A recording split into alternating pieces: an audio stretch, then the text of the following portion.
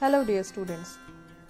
This is Dr. Devyani Sharma from the Faculty of Science, Shri Rawatpura Sarkar University, Raipur, Chhattisgarh. In this video lecture, we will be discussing about cell signaling, which is part of any communication process that governs the basic activities of the cells and also coordinates multiple cell actions. Cell signaling is also called as signal transduction or transmembrane signaling. It is the fundamental process by which specific information is transferred from the cell surface to the cytosol and ultimately to the nucleus, leading to the changes in the gene expression.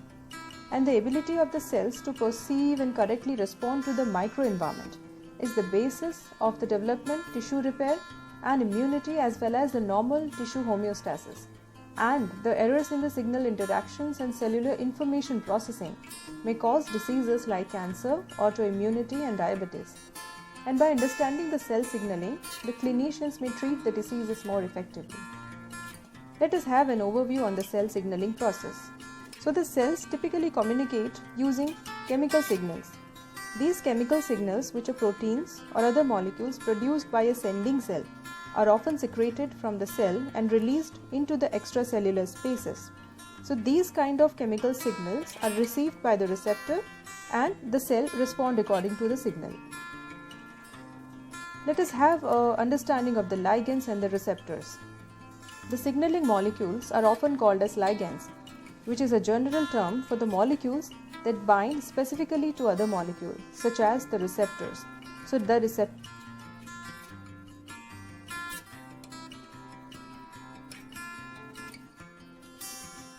intercellular signal is converted into the intracellular signal that triggers a response inside the cell. So let us understand now the forms of signaling. The forms of signaling are based on the distance traveled by the signaling molecules. These forms are paracrine, autocrine, endocrine and signaling by direct contact. In paracrine signaling, the cells communicate over relatively short distances, and the paracrine signals are especially important during the development when they allow one group of cells to tell another group of cells which are in the neighborhood that what cellular activity or identity to take on, for example the synaptic signaling.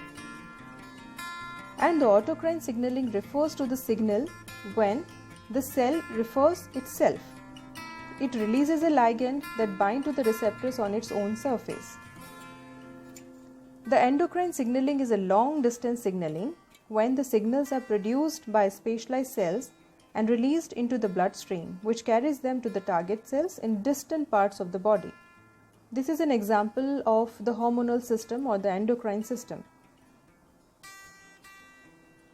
And the last form is the signaling through cell-to-cell contact. The gap junctions in the animals and the plasmodesmata in the plants are tiny channels that directly connect neighboring cells. These water-filled channels allow small signaling molecules called the intracellular mediators to diffuse between the cells. So, the signaling across the gap junction is received by the target cell using the particular channels. Another example is the direct signaling.